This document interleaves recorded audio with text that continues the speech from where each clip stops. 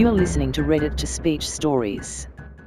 Welcome back, viewers, ladies, gentlemen, non-binaries and anyone with ears or other sound detection organs. Hope you enjoy. We are continuing with Doom Guy Isekai by Angry Spider.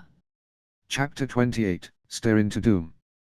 The soldier kicked the demon's legs out from underneath him, seized his head, and tore the demon's entire skull from his shoulders with one easy pull.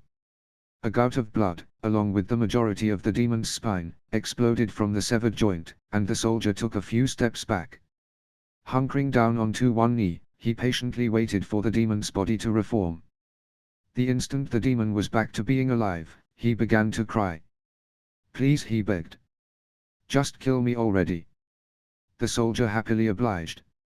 Summoning his pump-action shotgun, the weapon least likely to level the surrounding area, he spun around and brought his leg up in a thunderous backward kick, connecting with the chin of the helpless demon. The sound of shattering bone followed the impact, and the soldier rolled forward, ending up flat on his back.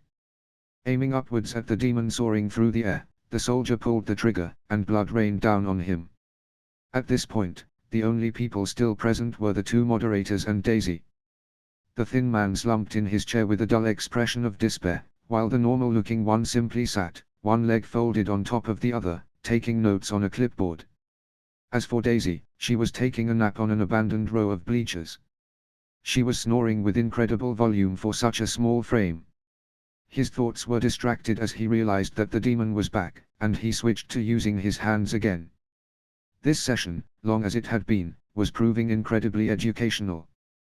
Pacing forward, the soldier yanked the demon to his feet and punched one hand straight through his gut. 3 kidneys, popping one by one. A dual stomach, its acid dealing no damage to the soldier. Bringing his arm further and further up, the soldier seized the demon's gnarled heart and yanked. A small explosion of gore followed the cardiological removal, but this time the soldier discarded the organ, summoned a grenade, and placed it where the demon's heart should be. 6 seconds of the demon screaming later, the grenade blew, and the already blood-soaked mat was once again showered with further gore. He hadn't tried that yet. You have slain Jan Steed the demon 286 times. All experience collected by Jan Steed has been fully transferred to you. Bonus experience has been allocated due to causing true despair in Jan Steed. You have leveled up 64 times. A perk is available. Do you wish to see your available perks? The slightest pang of sadness struck the soldier as he remembered that Handyman wasn't around anymore, but he tapped yes regardless. 2 options appeared, and his eyes slowly widened as he saw the top one. Without hesitating, he selected it, and felt that familiar surge of knowledge and power flood into him. Turning to the demon's summarily obliterated corpse, the soldier waited for a moment, and then frowned. Why wasn't he coming back? The blood soaked into the mat began to glow a honeyed sheen, rising into the air in small gobbets. Collecting into the center of the ring, right above where the soldier had tossed the demon's heart aside, it formed into a shining golden amulet. A crystalline ruby the size of a child's fist was set into its center, and the soldier poked it curiously. Soul's Solace, Mythic Artifact. It is said that soul's favor is purified and concentrated into the gem in this amulet, and that the old deity will forever smile upon its user, whoever that may be.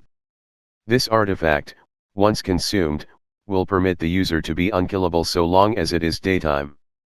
This artifact has a 1-month cooldown, and will automatically activate upon death. Do you want to absorb Soul's Solace?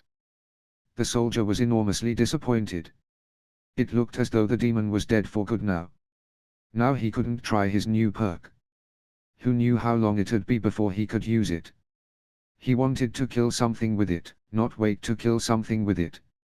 It had let him use one of his very favorite weapons, and would it let him do that? Pausing for a moment, the soldier extended one hand, and blue light suffused the surrounding area. Melee weapons activated. Melee weapon ukulele catalogued and ready for immediate use. A small wooden instrument appeared in the soldier's hand, and he stared at it in delight. He hadn't played a ukulele in so long. Folding it into the crook of his arm, he prepared to run a hand across the metal strings. Daisy sat up with a sudden scream of panic and terror, shouting, "No! Don't! I'll do it instead." She stared around the fighting ring wide-eyed, her ordinarily floppy ears flat against the back of her head. Her pupils were enormous, and every limb was shivering in fear. The soldier started in surprise, dismissing the ukulele immediately. Walking forward, he paused as he recalled that he'd welded the cage shut so the demon couldn't escape. It looked as though he would get to use his new perk after all. Melee weapons activated. Melee weapon crucible catalogued and ready for immediate use. The 7-foot-long spiked blade of red energy sitting comfortably in the soldier's hand felt familiar. He wasn't completely sure when the last time he'd used it was, or perhaps if he hadn't used it yet. Hell had ruined his sense of time, but he didn't care. What mattered was that he presently was wielding a very cool sword, one that he knew for a fact could cut through just about anything. He'd probably keep the chainsaw for the next time he ran into demons. At any rate, the crucible cut through the chain link mesh with such ease that a knife through hot butter would have looked like using a pillow to hack through steel in comparison. Once an appropriately sized rectangle had been cut, the soldier paused and grabbed the soul's solace, almost as an afterthought, and then sprinted up the bleachers to Daisy. She was already calming down, but still was clearly in fight or flight mode, one lengthy foot rapidly tapping at the floor as she looked up at the soldier. With a half-hearted grin, she said, "Sorry. Just a nightmare, I'll be fine." The soldier was aware that she would be fine. She was in his immediate vicinity, after all. There wasn't a living thing with an IQ higher than 10 that thought that annoying him was a good idea. Regardless, he wasn't sure how to make her feel better. He wasn't exactly a master with words. A thought occurred to him. He didn't really need the soul's solace. His resilience was high enough at this point that he was confident he could take a hit from most of his own guns, although probably not the super shotgun, and definitely not the BFG. With that in mind, the soldier didn't hesitate in punching Daisy in the forehead with the artifact. Instead of sending her through the side of the arena, the gem-crusted amulet froze, then slowly soaked into her head. Daisy frantically clutched at it, asking in obvious alarm, "Whoa, what the heck was?" Her mouth slowly fell open as she read her invisible board, and then glanced up at the soldier. You have no idea how much that was worth. That was a mythic-grade artifact.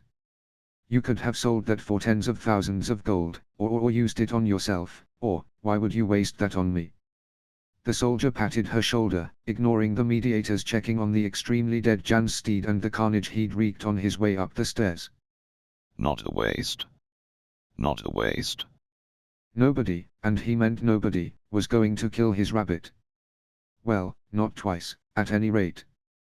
End of chapter. If you enjoyed, like, subscribe, click the bell so you don't miss any episode and do all the other YouTube stuff. Visit and support the author. All the relevant links are in the doobly-doo, and comment your opinions, good or bad. And I'll see you next time. And as usual, have a wonderful day.